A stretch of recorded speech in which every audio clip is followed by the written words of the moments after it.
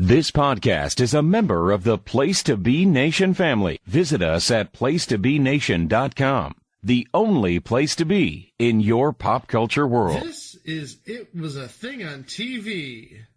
Spoiler number one is Dr. Lee frowns. It stinks. What is going on? What is going on?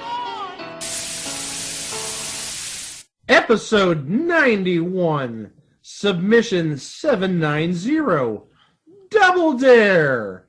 Double Dare aired on CBS from April 10th of 1985 to May 22nd of 1985 for a total of 7 episodes, one of which was unaired. On your mark.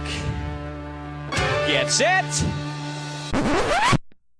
No, wait, what are you doing?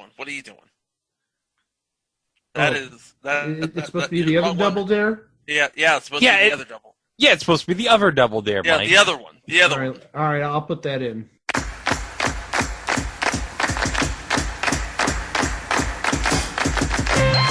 a risk. Take a chance. Take a dare. Play the game of Double Dare. I swear to God, Mike, I'm gonna come down. I'm gonna come down there. We already did that Double Dare, Mike. Come on. Come on now. Get your mess together, Mike. Get your mess together. Hey, Chico, you're going to come down here? I'm gonna come down there. I live north of you, thank you. All right, let's do it. Let's do it for real.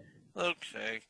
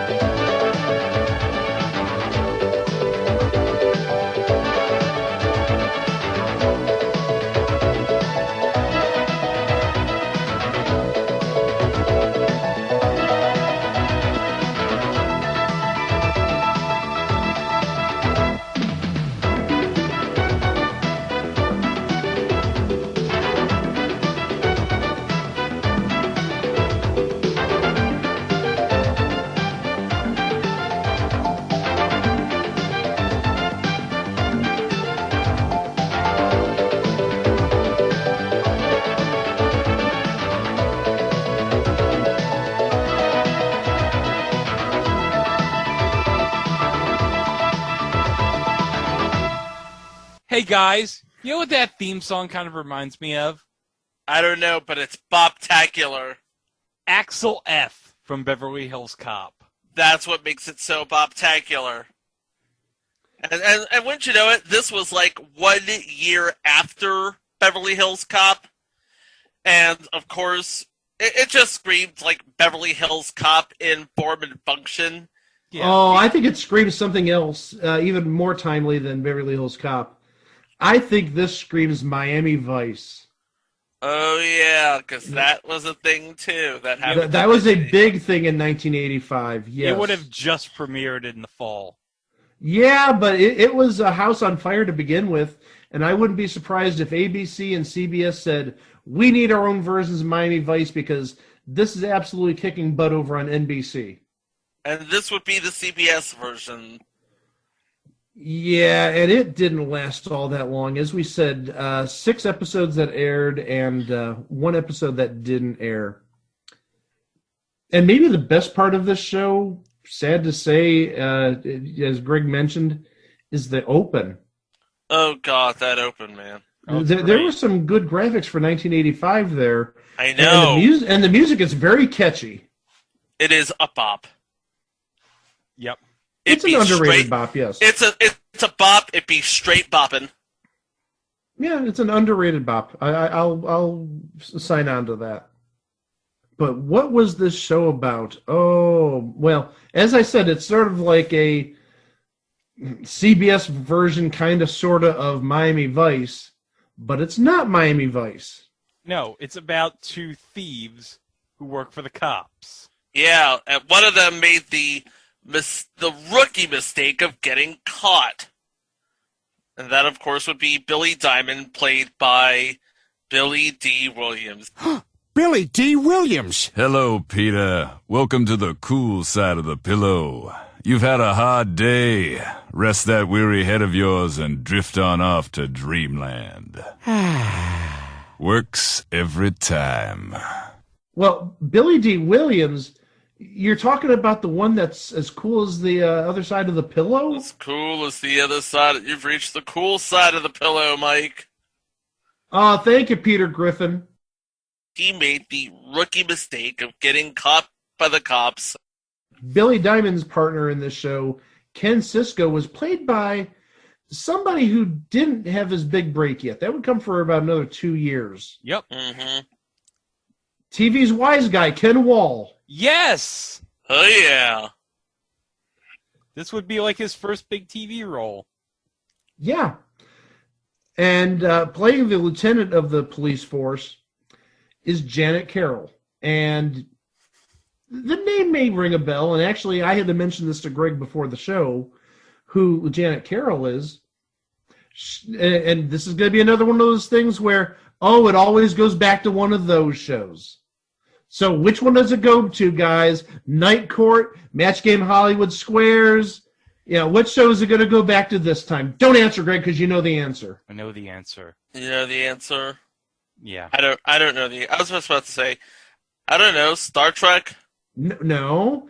It's going back to Married with Children this time because Janet Carroll played Gary the shoe store owner. I'm trying to figure that one. She played a character named Gary. Yeah, that's what I'm shocked about. Okay. Do you guys not know your Married with Children backstories and all that? We are not as versed as you. I'm not as versed in the lore of Married with Children as you, Mike. Okay, well, sit down.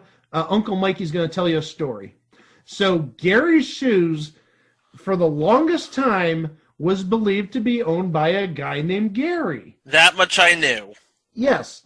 And then around season 7, maybe season 8, you found out that Gary was actually a female. Oh, no. And oh, no, what? What was it? Did Al not know that he was working for a woman? Al did not know he was working for a female. And starting in about season 8, Gary of Gary's Shoes was a semi-regular character because she'd check in to make sure that Al and Griff weren't, totally screwing up, which of course they were. But yeah, she played Gary, the shoe store owner, on Married with Children the last, like I said, about 3-4 seasons. One note I want to make: Janet Carroll played Lieutenant Samantha Warner character after episode 2 because in the pilot the character was played by Jennifer Warren. So there's a thing. Interestingly enough, Janet Carroll would be known more as the mother of Tom Cruise's character in Risky Business. And then there's a character named Sylvester here. We may need to tie Greg down for this because I think he's going to lose it. Oh, yeah. Here it comes, batten down the hatches, people. This is what Greg referred to last week as the preview for this episode. He said something about somebody on this show being heavenly. Well, Sylvester was played by... Oh, God. Greg's going to explode. Oh, God. Joseph Marr, a former installment, Second Chance. Yeah! I was so happy to see him on this show. I bet you are. Greg was very contained there, very tame. I was expecting him to go bouncing off the walls. No, that was me when I first saw him on this show. Oh, I'm sure it was. I'm sure it was. Yeah. Oh, yeah. You were not nearly as excited as you are right now. Yeah. Well, unfortunately, there's not a lot of this show out there. We were lucky to find the first episode. And actually, we had to go on our own to find a makeshift episode guide. I think we found 5 of the 6 episodes. 5 of the 6 episodes. Yeah. So we have most of the show covered, but there's not a whole lot of details about this. Yeah. Even looking at Truth by Consensus Wikipedia, professional thief Billy Diamond is captured by San Francisco Police Lieutenant Samantha Warner, who offers him a deal. If he uses his burglary skills to work undercover for the police, he won't have to go to jail. Diamond agrees on the condition that his former partner in crime, Ken Cisco, is sprung from jail to work as his partner in crime fighting. These are 2 former convicts, and now they're going to be free and work for the right side of the law. Aw. Because to catch a thief, it takes a thief. They're reformed. The system does work in mysterious ways. And the funny thing is, according to Truth by Consensus Wikipedia, the premise is actually similar to an earlier series that aired from 1968 to 1970 on ABC called It Takes a Thief. And that show had the first starring role in the lead of one Robert Wagner. Hence the reference, yeah. Yeah, it's a semi-popular show. It's not Double Dare by any means. It's been rerun, and it may still be rerun on one of your digital channels right now. Well, as I said earlier, there's not a lot of meat on the bone here, so I think we might as well just jump headfirst into the episode guide. Okay. Now, again, the first episode we talked about, we did find. It's out there. Quality is decent, marginal. It's not bad, but it's not pristine. It's watchable. The quality is watchable. I don't know if the show is, but yeah, it's out there. And the first episode is called Double Negative. Wealthy, sophisticated master thief Billy Diamond and his streetwise partner Cisco investigate a murder-robbery case in their first effort as undercover crime-fighting cops for the San Francisco police. Stars Billy D. Williams and Ken Wall. So there's your episode 1. Now, one thing I want to note is if you go on YouTube, now we've mentioned before the Museum of Classic Chicago Television, the Fuzzy Memories YouTube channel, in a previous episode. They have on their channel the preview of episode 2 and at the end a preview of episode 3, which we will play in this episode. Yeah, we'll play that for episode 2 and episode 3 in a little bit. So the premiere. Any feelings about it, guys? Good, bad, indifferent? It's a premiere. It hits all the main points, and well, Billy D. Williams is his classic Billy D. Williams is.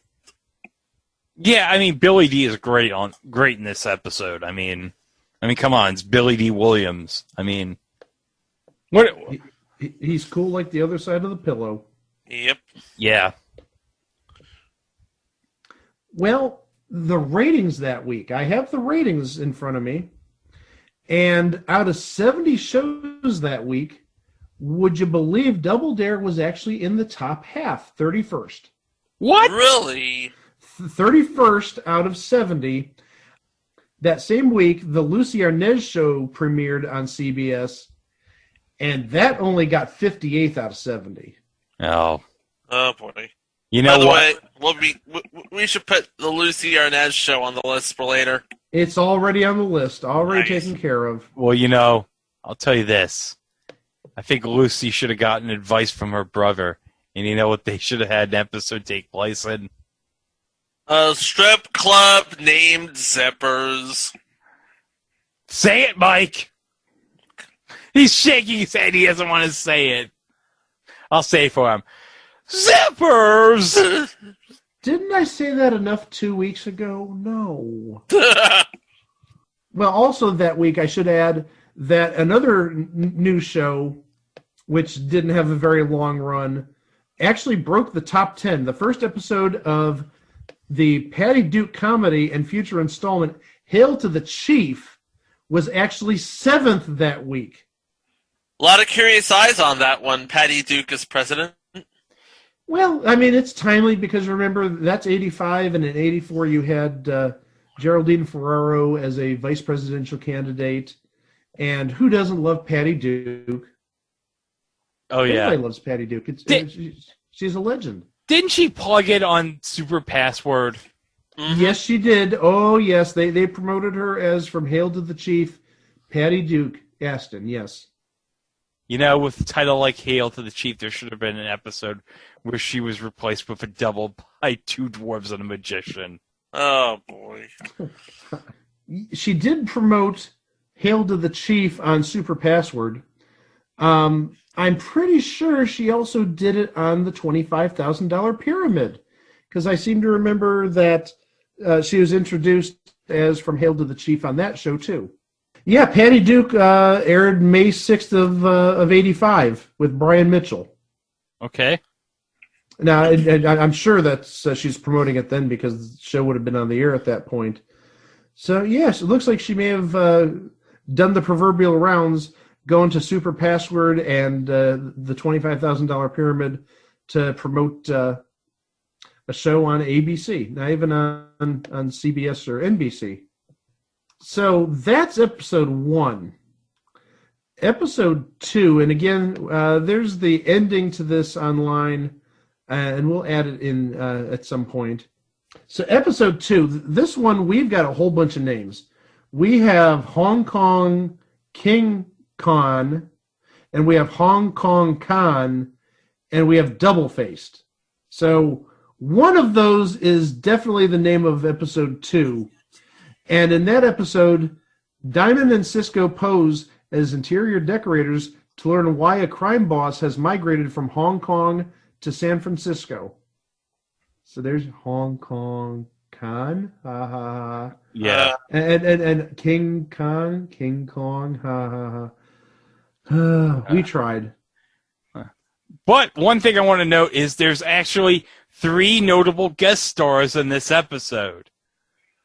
The first is James Hong, who you'll probably know in a bunch of stuff as that guy from That Thing, but his most notable role would come a year after this, because he played David Lopan in the 1986 John Carpenter classic Big Trouble in Little China. Ah, that was a classic. Yeah, and looking at his picture, he rings the bell. I've seen that face before. Mm-hmm. So he could be, with all due respect, that Asian guy from that TV show. He also played Cassandra's dad in Wayne's World 2. I do remember him from that. Oh, I remember that. Yes. But the second notable guest star in this episode is Joan Chen. Now, does that name ring a bell, guys? Yes. And why is that, Chico? I don't know. It just does. Well, get ready, guys. She played Josie Packard on Twin Peaks. It always goes back to Twin Peaks around here. Yup. But also, playing a heavy in this episode, Professor Toru Tanaka! Yes! Yes! Yes, the great Professor Toru Tanaka, who you would better otherwise know as Sub-Zero in The Running Man, and also of Three Ninjas. Yes! Everything goes back to Running Man around these parts. Yeah, just wait until we finally get into an entry that covers Kurt Fuller. Can the world handle it? I can tell you right now, yes, it can. Another guest star on this episode, Evan C. Kim, who, if you've seen the Kentucky Fried Movie, he played Lou on A Fistful of Yen, which was sort of the movie within the movie of the Kentucky Fried Movie. I'm the only one who saw the Kentucky Fried Movie. I never saw the Kentucky. I've heard of it, but I've never seen it. You need to see the Kentucky Fried Movie! Yeah, that was like the Zucker's first big movie, wasn't it? Yes, it was. I recorded it once on my DVR, And unfortunately, I watched like 5 minutes of it and deleted it. So I've heard of it, seen a little bit of it, but I needed the space on the DVR, so goodbye. By it went. Yeah. Well, yeah, we all don't make perfect decisions in life. I wish I had my Kentucky Fried Movie back, but I'm sure it'll rerun someplace. Episode 3, The Lady is a Tramp. Now, actually, this, we have a little bit of a disagreement here, I think, because this may not be the third episode that aired. Greg and I think this might be possibly the 5th episode that aired. So, given the research I've done for this episode, it looks like the Three's a Killer episode, episode 5, according to Wiki, may have aired in place of episode 3 on the night of April 24th of 1985. The reason we say that is because here's the description given for the April 24th episode. 3 socialites turned burglars threaten Billy Diamond's future. Here's the preview of episode 3 from the end of episode 2. So judge for yourself as to whether this is the episode that actually aired as episode 3. Next week on Double Dare. Did you ever get dirty? 5 mansions have been hit. The consensus downtown is it's Billy Diamond's M.O. Hey, how about that? You're still famous. Thrill-seeking rich kids go on a rampage of robbery that turns to murder. I've never seen a dead body before. And Diamond is left to face the music. You're under arrest. Not again. Charged as murder. So the cops are on your case. Only one way to get them off. Yeah, find the real murderer. Kill him, Nicky. And given that information, we have a special guest. Well, at least one special guest. But the big one that comes to mind is one Marilyn McCoo. The host of Solid Gold, singer for the Fifth Dimension, Marilyn McCoo? Yeah, her. And I'm sorry, that's like a perfect 80s pairing right there. Marilyn McCoo and Billy D. Williams. Yeah. Uh-huh. Does it get more 80s perfect than that? The only thing you're missing is, it's on another network because I'm thinking somebody in pastel suits with wearing no socks. Yeah, you're right about that. But yeah, we're talking about Marilyn McCoo, who was on Solid Gold forever. Well, not forever, but for 7 years. Forever-ish. Forever-ish. And she's been on, anything like music related back in the 70s, 80s. Soul Train. Oh, gosh. She had her own TV show with Billy Davis Jr., her husband, back in 1977. She was on Midnight Special, Bandstand. So, again, anything with music in the 70s and 80s and even the late 60s, she was on. One less bell to answer, one less egg to fry. You love it. You know it. You can't get enough of it. So that's what we're going to call episode 3 because that description definitely matches up to something called Three's a Killer. While we have confusion about episode 3 versus episode 5 airing on April 24th, 1985, we're also a little confused because it might have been episode 4 that aired on the 24th of April. Given the brief plot line that we're given in the little 30-second and 45-second preview, we think it might be an episode called Now You See It, Now You See It, which Wiki says aired on May 1st of 1985. And actually, this episode is the only episode we don't have any information for. That night on May 1st of 1985, it did air against Highway to Heaven on NBC, but also a special which recently appeared online called Anything for a Laugh on ABC, which is a retrospective of Chuck Barris game shows. I mean, primarily it's Newlywed Game and Dating Game. I don't even know if there's Three's a Crowd in there. It says there's $1.98 Beauty Show, but I don't recall seeing much of it in the watching Anything for a Laugh. So episode 4 was up against a compilation show, and a pretty good show in Highway to Heaven, because that lasted a good number of years, a good 4 or 5 years. Hey, Michael Landon, come on. Victor French, too. Don't discount Victor French. Victor French and his sweet-ass Oakland A's cap. Yeah. Yep. And we're talking about the same Victor French who's going to pop up in about 2 months on the upcoming installment Carter Country. Yeah. Yeah, we'll talk about Carter Country as we get closer to the election. And then we get to, again, episode 5. Again, there's some disputing here. This could be where The Lady is a Tramp is, or it could be where Three's a Killer is. I have a description of that episode. Lieutenant Warner assigns Billy and Cisco the task of finding out how a presumably small-time crook got a hold of a large cache of diamonds. And see, that doesn't line up necessarily to any episodes. That might actually, well, it could be the episode that was unaired. That could be Diamonds Are for Murder, possibly. Yeah, because I don't see any information on that. All I know is that it is the 7th episode produced. And we do have Diamonds as a plot line here, so I wouldn't be surprised if maybe this was the 5th episode that aired. It's very possible, but so again, we're sort of flying by the seat of our pants here.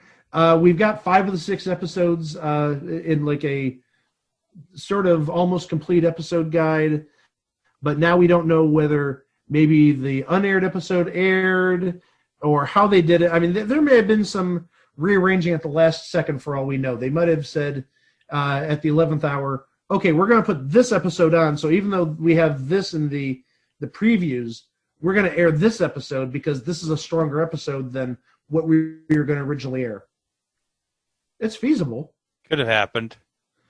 It's not unheard of. It definitely isn't unheard of, especially nowadays. But I think we're pretty sure that the last episode definitely is Double Talk. The last aired episode, episode 6, is Double Talk. Wait, Double Talk. Is Henry Pollock II in this? No. Oh, that's a shame. He would have been on Webster at the time. Oh, you're talking about future installment Double Talk? Yep. Okay. Just double checking. I see what you did there, Mike. I didn't do a thing, at least intentionally. Diamond and Cisco try to outwit a mobster's goons as they search for a woman scheduled to testify against her loan sharking lover. That's it. 6 episodes. That's it. We're done. We're done. That's it. Yeah. Well, I'm going to add... Well, we're not done because I'm going to add something. There were apparently high hopes for Double Dare because CBS put it on Wednesday nights in place of Charles in Charge and E/R. Yeah, future installments E/R and Charles in Charge season 1 with Jamie Widows. Yeah. Another Jamie Widows mention. That's 5, baby. That's 4. 4 times. 4 times. 4 times in the last 5 episodes I've worked in Jamie Widows. Double Dare's competition on Wednesdays at 8, unfortunately, were 2 very popular shows. One new at the time, and one that had been around a little while. We mentioned Highway to Heaven. That's your new show that was on NBC. And as we said, it ran for a good number of years, a good 5-6 years. But what was on ABC on Wednesday nights at 8 p.m.? A little show called The Fall Guy. Oh, boy. Yeah. Well, you're not beating The Fall Guy. I'm sorry. You're not. Nope. Who was on The Fall Guy? That would be... Heather Thomas? Heather Locklear? Marky Post. Yeah, Heather Thomas, and, Marky Post. And Lee Majors. So. There you go. Billy D. Williams, he may have been super cool, but he's not beating Lee Majors and Heather Thomas and Marky Post. Sorry, not happening. Not in this world. No. Interesting you mentioned that. He is super cool, but if you talk about him being a black man as a lead, in a dramatic series, he will pretty much shut you down right there, because I've got an interview he did for Los Angeles Times. This is the one I think Mike found. Is this the one you found? I think it is. Go ahead. So, Billy D. Williams, he's cool as a cucumber, but do not get him started on him being a black man in the lead of a dramatic series, because, and also and I'm quoting the article, high failure rate when they do take the plunge.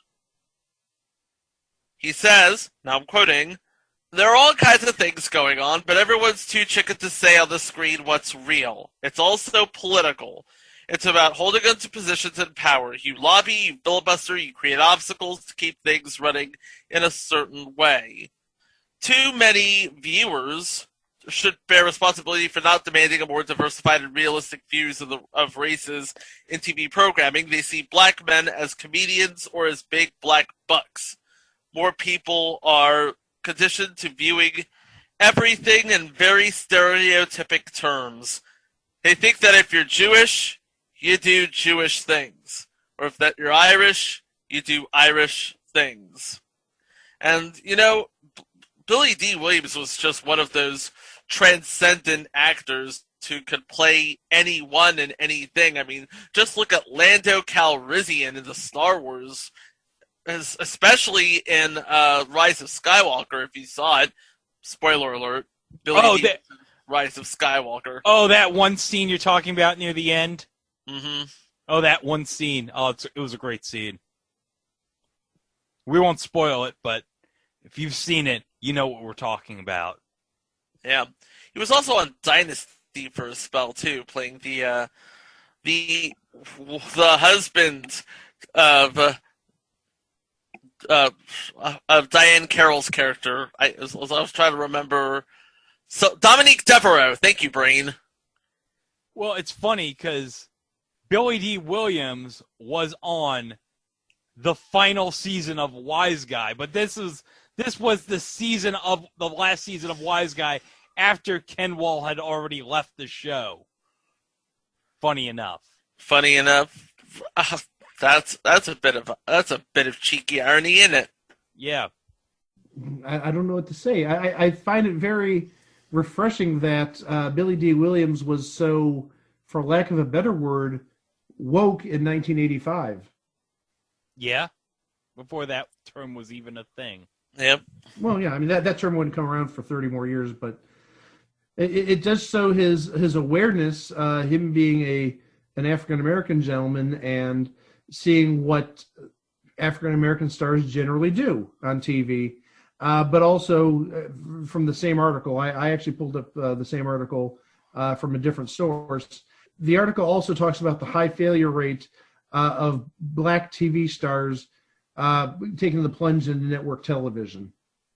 Now, not necessarily at this time, because you have shows like The Cosby Show, but there's definitely some shows with an African-American lead that didn't last as long as maybe they could have or should have.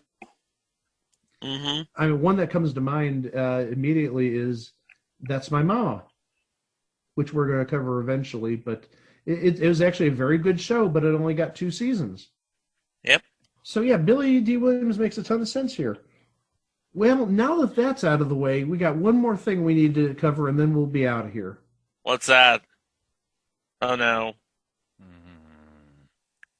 Mike, you're pausing.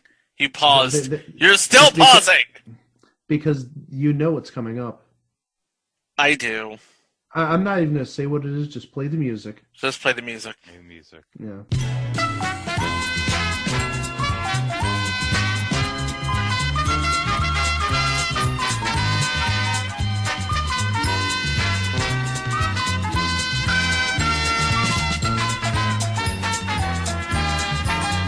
So believe it or not, there is Double Dare stuff on eBay. Oh, joy. Yay. And I have a press photo with Ken Wall and Billy D. Williams jogging.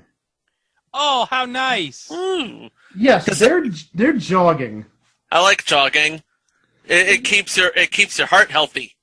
And jogging was a big thing back in the mid-'80s, so they're being very contemporary. So Ken Wall and Billy D. Williams jogging for the TV show Double Dare. And there's even a press blurb attached to it, which I cannot seem to zoom in on, so I can't read it to you what it says. Did you try clicking on the picture to zoom in? I tried clicking on the picture to zoom in. I can't read all of it because of the way the photo's uploaded. So I can't zoom in and see the full text of the blurb that comes with the photo. But it does say something. I can make out premiere and Wednesday, April 10th, it looks like. So that actually matches up because the premiere would have been Wednesday, April 10th. So this is for the premiere. They're in jogging suits. They're about as 1985 as you can get.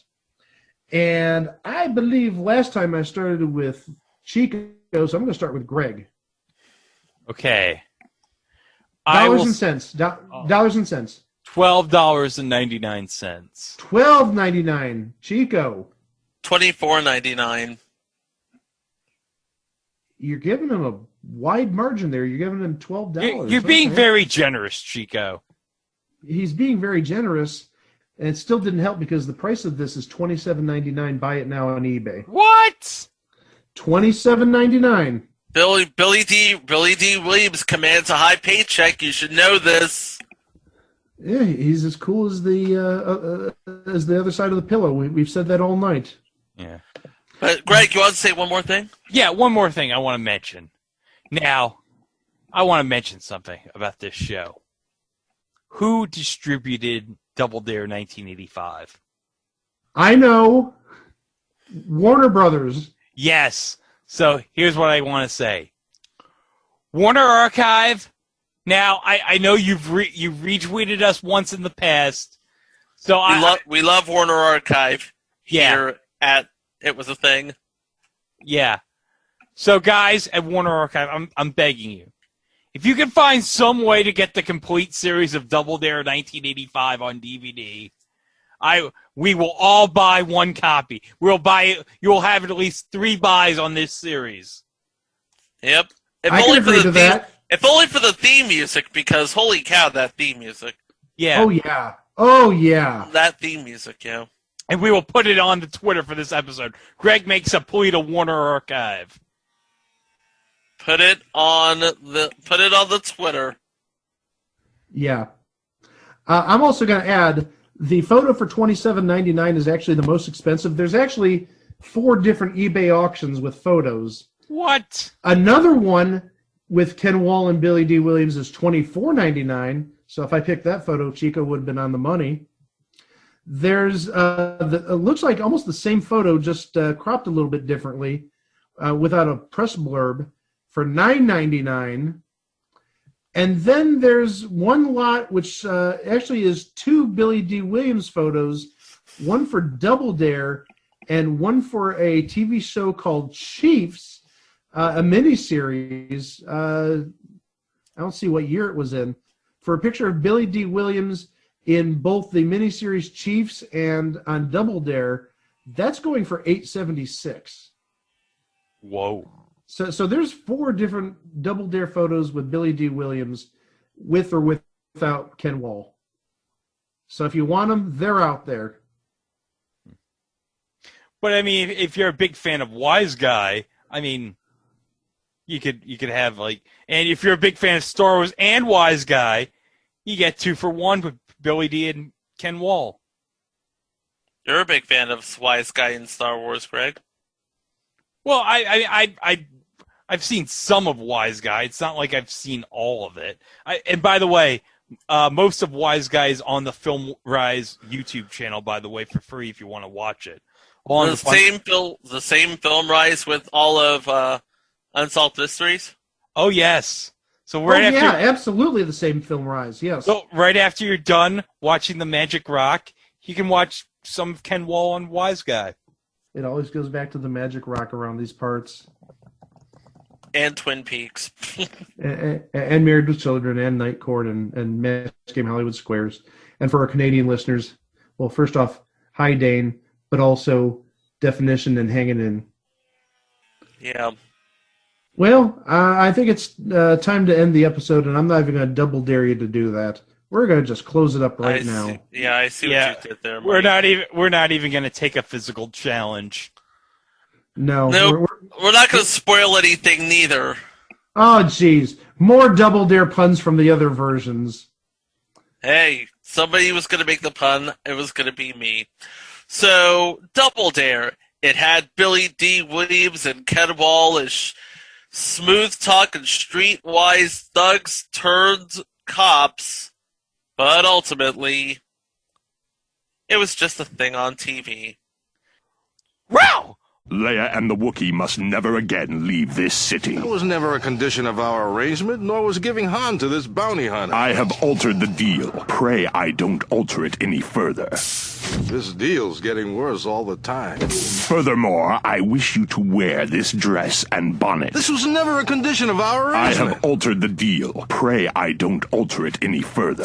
And this deal's getting worse all the time. Here is a unicycle. You will ride it wherever you go. What? I'm not riding the f***ing unicycle. I have altered the deal. Pray I don't alter it any further. This deal is getting worse all the time. Also, you are to wear these clown shoes and refer to yourself as Mary. Oh, f*** you, man. I'm not doing it. I have altered the deal. Pray I don't alter it any further. This deal is very fair, and I'm happy to be a part of it. Mr. Diamond and his associate will be right back. Double Dare 1985. It had Billy D. It had Wiseguy. It had St. Peter from Second Chance. And it had Janet Carroll, who played Gary on Mike's favorite show, Married with Children. But it's just 6 episodes and done. But seriously, Warner Archive, please put this out on DVD. Please. I'm begging you on my hands and knees.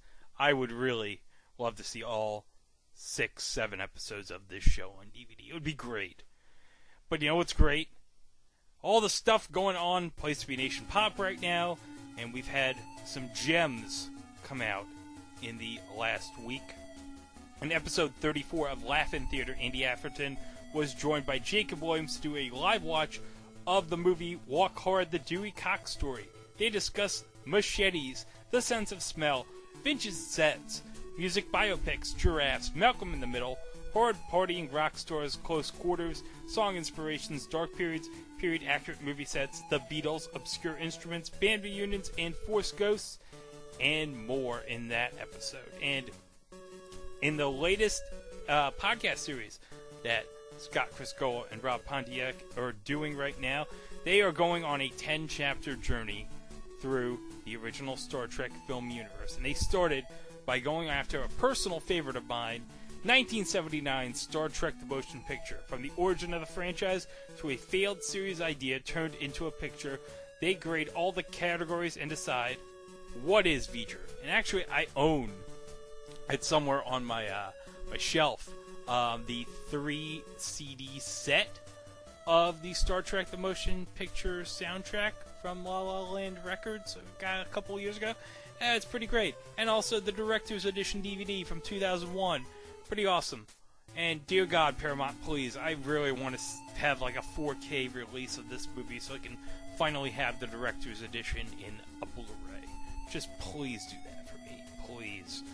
And in the latest episode of Piece of the Action, Matt welcomed guest Drew Wardlaw to discuss the 1985 classic Commando, as they discussed about Arnold, Dan Hedaya, action movie body counts, Drew's mind-blowing theory about this movie, one-liners, malls, mesh shirts, and so much more. So that's on the latest episode of Piece of the Action. And in the latest Diamond Conversations, the show welcomed legendary baseball historian and New York Times best-selling author Peter Golenbach, as Mr. Golenbach discusses his long career writing about the history of many of the game's biggest stars and most legendary teams, and he takes us on a walk back in time as he reveals how he got his start and why he still loves the game of baseball today. Also, be sure to check out the PTBN Wrestling Network, which includes a dive into topics running the gamut from today's WWE through yesteryear. The feed includes the Place to Be podcast, main event, Jenny and the Gems, Body Pressure Luck, PTP NXT, the NWA Saturday Special, NWA Crock and Roll, Highway to the Impact Zone, and so much more. Subscribe today. While you're at it, subscribe to Jennifer Smith's The Jenny Position feed as well.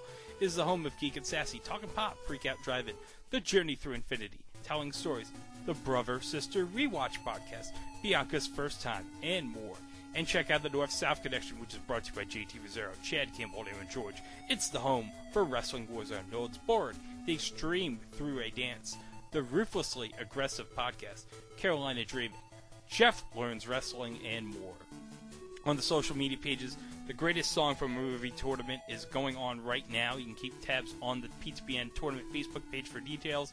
And, of course, we got the 2020 Stretch Project determining the greatest WCW match ever. You have until December 31st to promote matches and build your list. Conversation and the rules can be found at www.facebook.com/GWCW matches or on the Pro Wrestling Only message board. And be sure not to forget to check out PlaceToBeNation.com each and every day. It is the home of new voices and fresh takes that bring you articles on topics in the worlds of wrestling, sports, and pop culture. And they include Trent's SmackDown on Fox Report, This Week in the WWE by John Crow, Steve Riddle's Wonderful World of Disney Reviews, Paulie's Perspective, Matt's live-action Disney movie reviews, and Ben's Unpopular Opinion. And if you're doing online shopping over at Amazon.com, be sure to click on the Amazon banner on the right side of the Place to Be Nation homepage, or use www.placetobenation.com/Amazon. It'll take you right to Amazon and help out PTBN at no cost to you. Okay, so, everybody, football season is back, and who knows how long this is going to last with COVID and everything. It's still crazy that during this pandemic they're even playing football right now, but we decided on the show to take a look back at a very special game of football that we determined is probably the worst football game ever, and it occurred back in 2007. It was a Monday night football game between the Pittsburgh Steelers and the Miami Dolphins at Heinz Field. So let's take a trip back in Ed Begley Jr.'s TARDIS and go back to the year 2007 as we watch this Monday night football stinker between the Steelers and Dolphins. So here we go. Episode 92, submission number 385, the worst Monday night football game in the world. Some say that there were no winners that night. Some say the Steelers won 3-0. All we know is it aired on ESPN November 26, 2007. Hey guys. What? Mm-hmm. I got one question for you. Are you ready for some football? Well, are you guys ready for some football? Steelers and the Dolphins coming over tonight. Well, I'm just talking about football in general. Are you guys ready for some football starting tonight? Maybe? Yeah, sure. Well, look at it this way. Greg is a long-suffering Jets fan, and I'm a long-suffering Panthers fan, so you tell me. And I'm a long-suffering Browns fan who's been suffering longer than the both of you combined. What's your point? Hey, guys, at least you guys have an owner that cares. Do we, Greg? Yeah, sorta. I wouldn't necessarily agree with that, but... Oh, well, I forgot you have Jimmy Haslam. But at least he didn't go on a 4-year trip on his fundraising rewards card for the Republican Party. Yeah, you're right about that. Mm-hmm. Yeah, your owner has been MIA for years, it seems. And his idiot brother is no better. Right. Uh-huh. Well, whether we have football coming up starting tonight, Thursday Night Football, or not, we're going to talk about what we believe might be the absolute worst football game ever, or at the very least, the absolute worst Monday Night Football game ever. Yeah. Let's just say it was an absolutely horrible footnote in an absolutely horrible season for the Miami Dolphins. Oh, yeah. Yeah, because the Miami Dolphins, they had a really, really awful season. 1-15, and, oh, my God. Yeah, Mike, do you remember when the Dolphins drafted Ted Ginn Jr.? Wait, Greg, don't go there. Well, he's the pride of the school I worked at the last 6 years. I understand that, but there was this great moment that I will never personally forget involving Cam Cameron when he got drafted, and we're going to play it right here. Good afternoon, everybody. Hey, we need a thumb to go this direction. Man, I just want to thank all of you for being here. We really, excuse me 1 second, we really appreciate your support. And let me tell you about the young man we just drafted. There's a young man named Ted Ginn Jr., and we drafted the Ginn family. I've known this family for over 10 years. I've watched this young man for a long time. You're going to be thrilled every time you watch him as a punt returner, because he's going to be a great returner for us. He's going to be a young man who's going to wind up being a great... Thank you. And let me put it to you this way.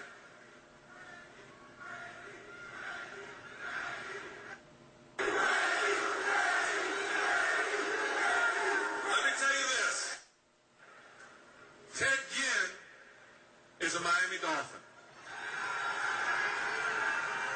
Ted Ginn is someone that you're going to be proud of. So, yeah, this was like the start of the Cam Cameron era in Miami, and it wasn't going good. Yeah, because Ted Ginn was drafted a little high that year. He was drafted 9th overall, and really the only thing he was known for was being a very good return man. He wasn't really the best wide receiver at Ohio State, even though he's the pride of my former school. It was not a very good draft for Miami. Or really, Cleveland had a good first pick, but their second pick was Brady Quinn, and the less said about Brady Quinn, the better. Yeah, he's now at Fox Sports. Yeah, the first pick we had, though, was Joe Thomas, and with any luck, in about 4 years, he'll be in the Hall of Fame. Yeah, but here's the thing. Steelers and the Dolphins in 2007, they meet. The matchup isn't the worst thing about the game. Oh, yeah, especially when you look at some of the players that were on the field, especially for Miami. Mm-hmm. Oh, my gosh. Your starting quarterback that night was John Beck. And you're going to say, who? Who? Yeah, that John Beck. John Beck, he was a second-round pick in 2007 out of BYU, a quarterback. Yeah, that was your starting quarterback. And, again, as you heard, who? Who? John Beck, he did not have a very long career. And I know somewhere I've got a bunch of rookie cards of his, so sucks to be me, I guess. It was so bad. He only played 2 seasons in the NFL. He played this rookie year with Miami, and he went 0-4. And then 4 years later, he ended up with the Washington Football Club, and he went 0-3. So for his career, he is 0-7. Wow. Yes, that John Beck. Yeah. But then, I mean, there's other names when you hear them, more who's. Your receivers for the Dolphins included Marty Booker. Who?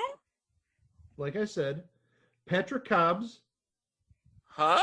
Oh? David Martin. Who? Yeah, I think that's all we're going to say. That's your who, what, and where right there. Marty that's Booker, another entry. No, that's not another entry. Bite your tongue. But yeah, those players I mentioned, those are not getting to the Hall of Fame unless they buy admission. Well, one thing I want to note about the Dolphins is who was on their 2007 roster that was making their big return to Pittsburgh in this game. The big return to Pittsburgh? Yes. Wait, you mean the big return to football, or a big return to Pittsburgh because they played there? I forgot both.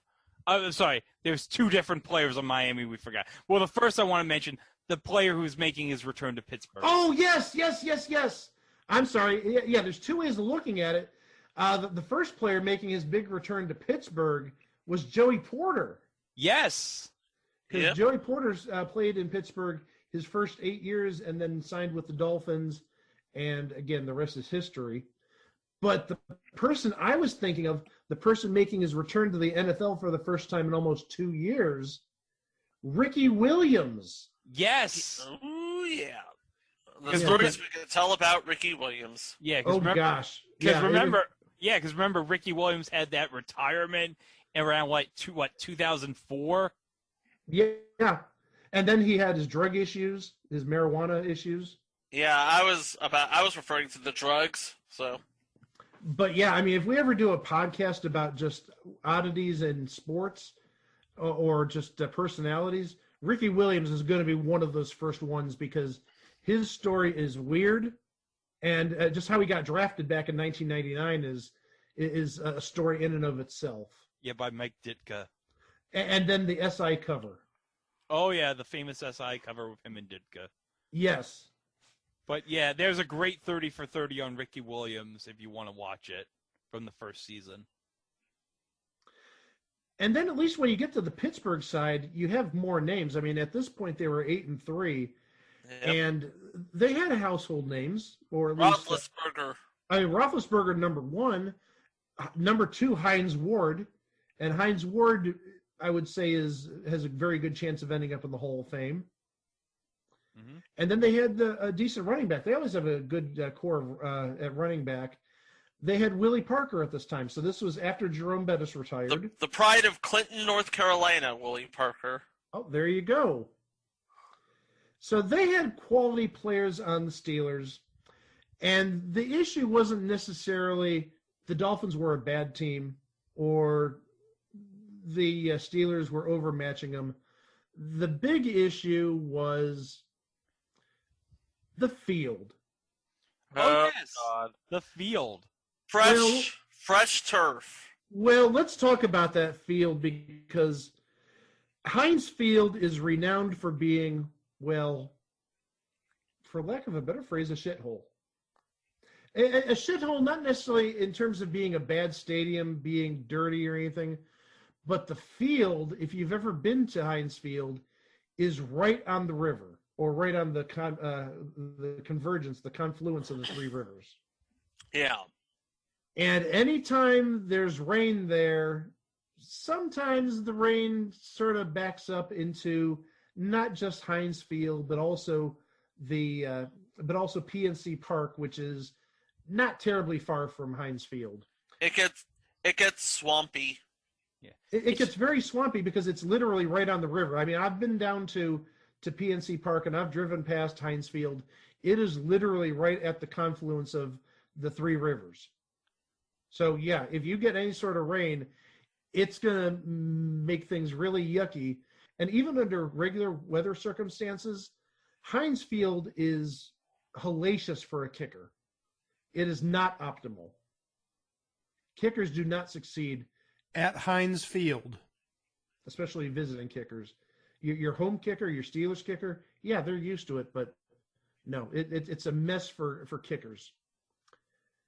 And that was the big difference maker in this game. Because, one, it was very rainy in the Pittsburgh area, very moist, very wet. But also, two, over the course of, it was, I believe, 10 days, there were 7 football games played there between the Steelers and the Pittsburgh Panthers and high school games. Yeah, because the high school championships would be going on around Thanksgiving week.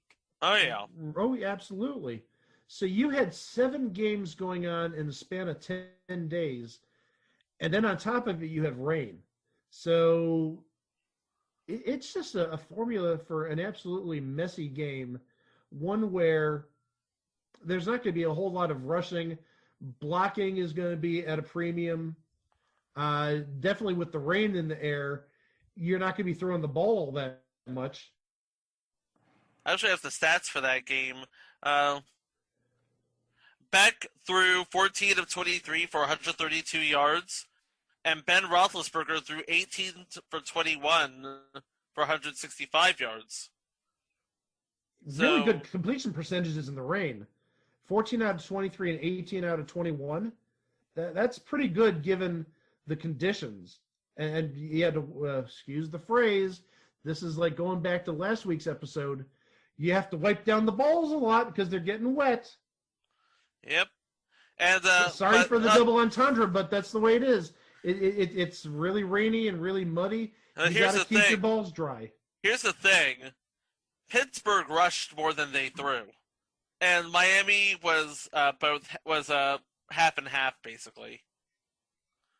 24 attempts passing, 23 attempts rushing. Yeah, and they usually want the ratio to be a little bit higher. You usually want to have closer to like a 2-to-1 pass to rush ratio. Mm-hmm. But again, given the weather, can you necessarily blame them? You don't really want to. Oh gosh, I'm going to say it again. You don't want to necessarily pass wet balls around.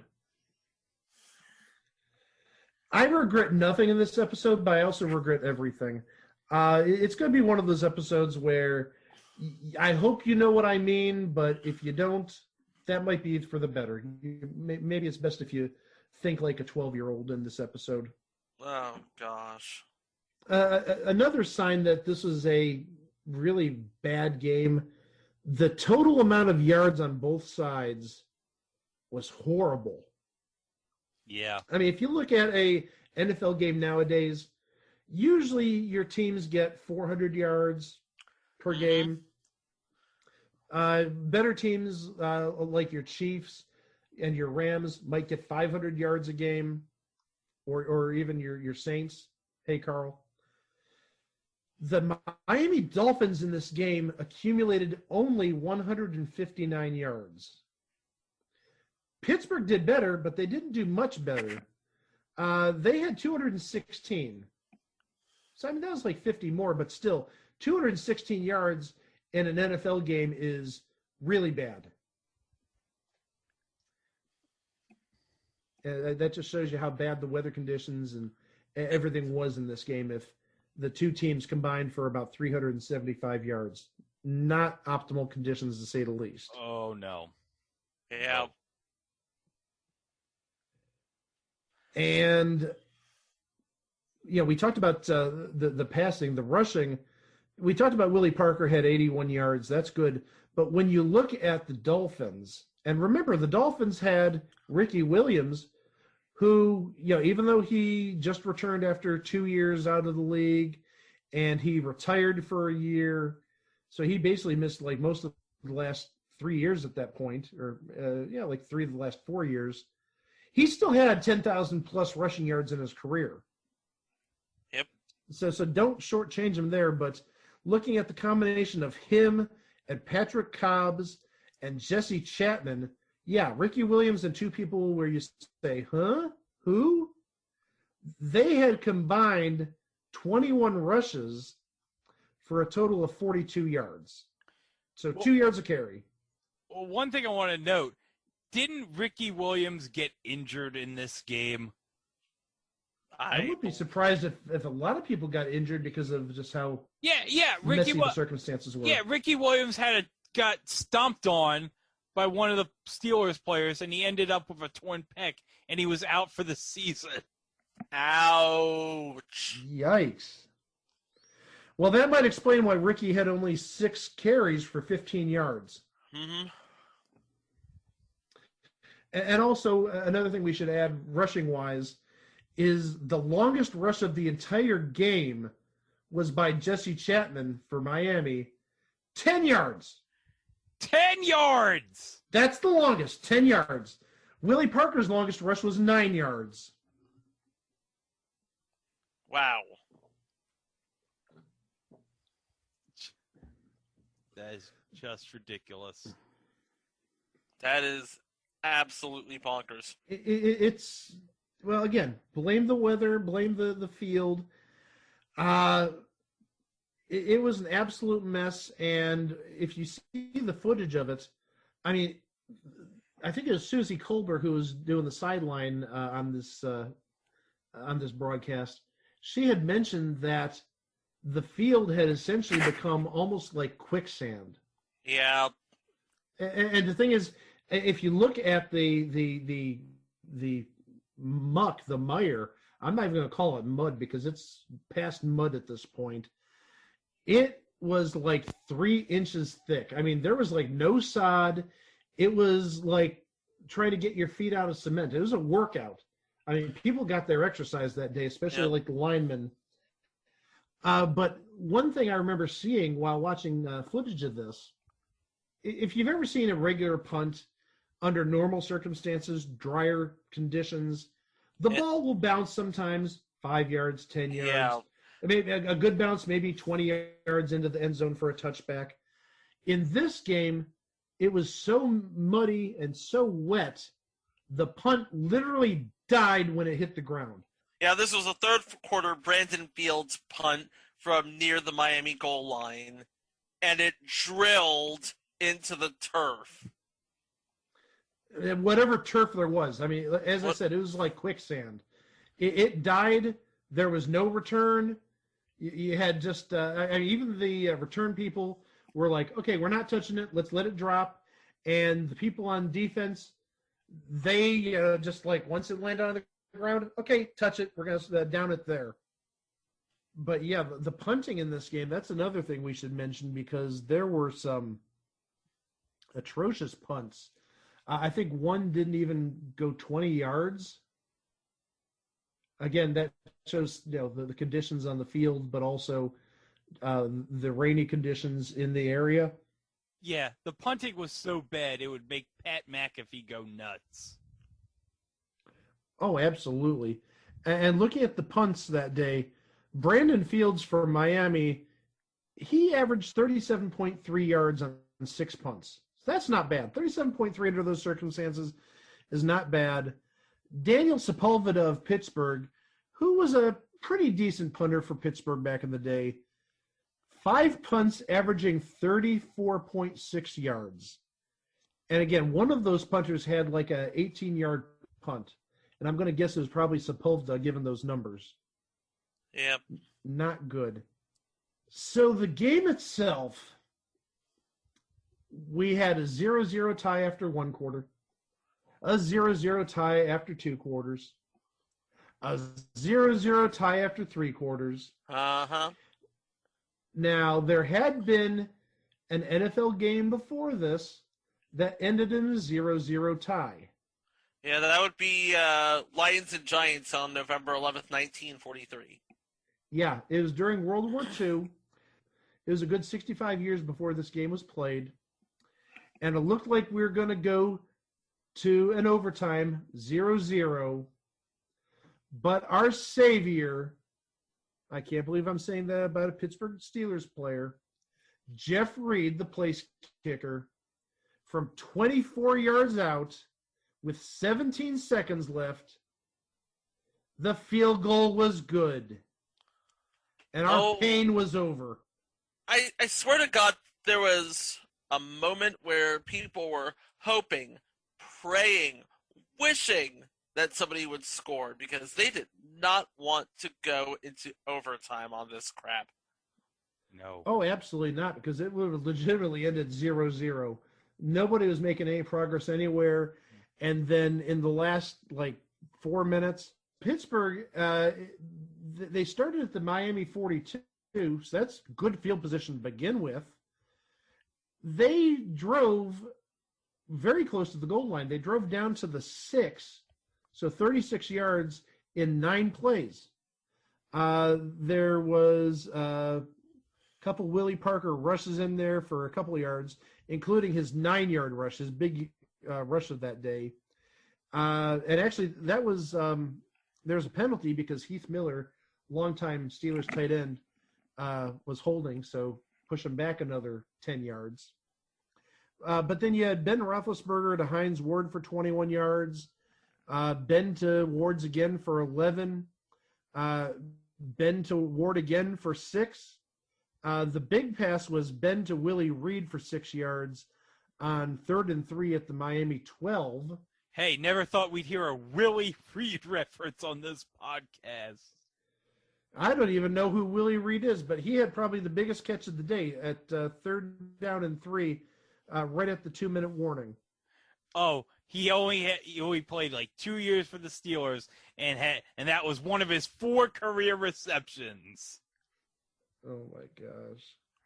I had never heard of him up until this point. He's not one of the people in the history of the Steelers that us Browns fans really remember. Yeah.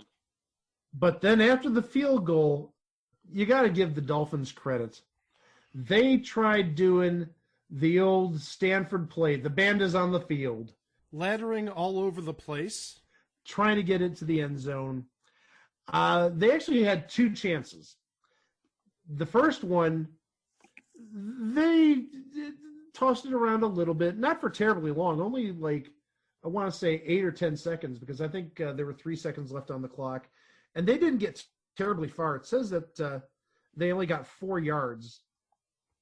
And actually, there was a penalty on the aforementioned Marty Booker because he did do an illegal forward pass. And the penalty was actually declined because they probably said at this point, the Steelers said, you know what? Screw it. We're done. We're over. It's over. We're muddy. We're done. Yep. We want to go home. Let's go into the locker. Let's go to the locker rooms where it's nice and dry. Let's put on clean clothes. Forget about accepting the penalty. Let them keep the 4 yards. Yeah. So they had a second chance. And again, they tried doing the same deal with lateraling, and this one didn't work out so well. They made about 3 successful laterals. Then the fourth one, I think, was fumbled and was actually marked down. Somebody from the Steelers tried returning it, but again, I'm sure the refs at this point were like, nope, it's dead. Let's end the game. We want to get into the nice warm locker room. Nobody wanted to play that game longer than absolutely necessary. Nobody. Everybody wanted to get home. It's like Mike Tirico, Tony Kornheiser, and Ron Jaworski were in the booth, and they wanted to go home. Now, again, this is, I guess, what you would call it the best of who was available, because, frankly, there are no Al Michaels. Oh yeah, ESPN had already traded him for Oswald the Lucky Rabbit. So yeah. So again, Mike Tirico, Jaws, and Tony Kornheiser. Not the worst broadcast team, but they were still. I guess they were still trying to get a feel of each other. Hey, I got nothing against Jaws, and Tirico is definitely a great broadcaster. Oh, yeah. And you're not going to catch me saying anything bad about Kornheiser because we absolutely love PTI in these parts. We do. Even though, honestly, and Chico knows this from last year in Vegas, we're more of highly questionable fans. Poppy is our spirit animal. Well, it's Dan Lebertard. Well, Dan Lebertard and his dad. Poppy is our spirit animal. Oh, yeah. And Poppy Lebertard. Although for me personally, it's Stugatz. I'm not surprised. I am honestly not surprised at that. But I will say, this game was so bad to watch that, you know what, I'm going to be honest with you. The only good part about this game is the halftime part where Chris Berman does the fastest 3 minutes. Yes. That is the only good thing about this game, is seeing Berman do all the highlights of the week. And it's just, oh my God, this is like so 2007. They had a highlight of the Browns game from that week. And now hold on. Wait. Stop right there. Oh no, we're going to trigger Mike here. You triggered me. I was actually going to save this for a few moments. But 2007, the NFL season in 2007 was so bizarre. I mean, we had this game. The Browns in 2007 almost made the playoffs. They went 10-6. And then after that, they've sucked ever since. I don't think they've had a winning record since then. Yeah, because in 2018, they finished 7-8-1. Thank you, Hugh Jackson. You should have kept Greg Williams. I'm just saying. We should have kept Greg Williams. You're not wrong, because we see how well Freddie Kitchens did, but we'll see what Stefanski does this year. But also on top of all of that weirdness, the Browns actually having a good team, the Browns drafting a Hall of Famer. We have the weirdest game of football in history, this 3-0 game.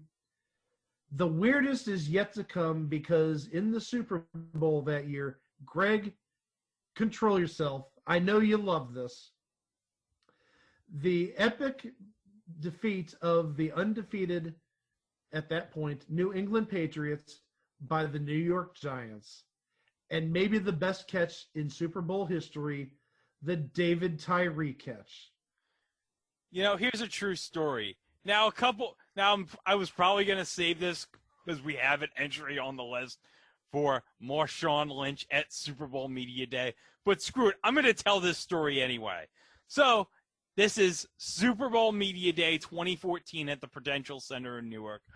I'm walking around the concourse at the Prudential Center, and I see a guy on his phone, and he has an NFL media badge on. So I look at the guy's media badge, and it says David Tyree, and I'm like, oh shit, that's David Tyree. And I'm sure to Giants fans, even then, some 7 years later, or 6 years later, David Tyree is nothing short of a saint. Oh yeah. He's a hero for all Giants fans. Yeah. But I will say, this week in 2007 in the Berman's Fastest 3 Minutes, if you had said that the Giants were going to upset the Patriots and win the Super Bowl, you'd be nuts considering that week the Giants were playing the Vikings and Eli Manning threw a game-ending interception to Darren Sharper. And I know in 2020, considering what Darren Sharper has done, yeesh! Yeah, that hasn't aged well. No. But also you need to remember for the Vikings in that game in 2007, that was Adrian Peterson's rookie season, and he was the best thing in football that year. He was absolutely amazing. Oh, and as we say this, we should note, the day we're recording this, Adrian Peterson got released from the Red... I'm sorry, can't say that. He got released from the Washington Football Club. That's just sad. Yeah. No, it isn't. It's Washington. They deserve what they get. So in the fastest 3 minutes to close it out, Chris Berman mentions the day before at Rogers Center in Toronto, the 2007 Grey Cup between the Saskatchewan Roughriders and the Winnipeg Blue Bombers, which was won by the Saskatchewan Roughriders 23-19, with the most valuable player of the game being Saskatchewan's James Johnson. Now, guys, do you want to know who sang the national anthem at the 2007 Grey Cup? Me, pick me. You. Pick him, yes. Chico. That would be the Bare Naked Ladies. Oh, yes. It was indeed the Bare Naked Ladies. The best thing to come out of Canada since Jim Carrey or Pam Anderson in her Labatt Blue shirt that one time. But you know what that means, folks? That means the national anthem singer at the CFL Grey Cup has at least one person that was on Bumper Stumpers. I'm trying to wait. Was it Stephen Page? Yes, it was Stephen Page on Bumper Stumpers. Yes. Gosh. I knew it was. I was like, I knew. It's like I remember the stories. Yeah. Anyway, the halftime. Yes. Was, oh my God! This must have been some great halftime show. Lenny Kravitz. Yeah, Lenny Kravitz. That's actually a halfway decent halftime show. It's a very decent halfway. By comparison, who was the 2008 Super Bowl halftime? It would have been Tom Petty. Oh. Yeah, I can't compare there. Sorry. I can't do it. I mean, come on, Nope. American Girl, Free Fallin'. It's like you're talking Clash of the Titans here, basically. I mean, you can't go wrong with Tom Petty. He was lucky on King of the Hill, damn it. Yeah. I still can't believe we finagled a Bumper Stumpers reference in this episode. Oh my gosh. Oh, but guys, you talked about Bumper Stumpers. Oh boy.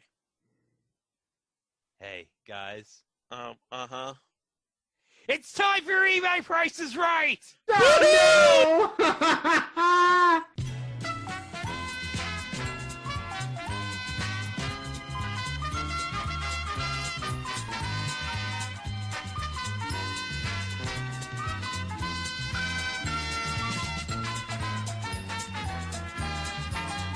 All right, guys.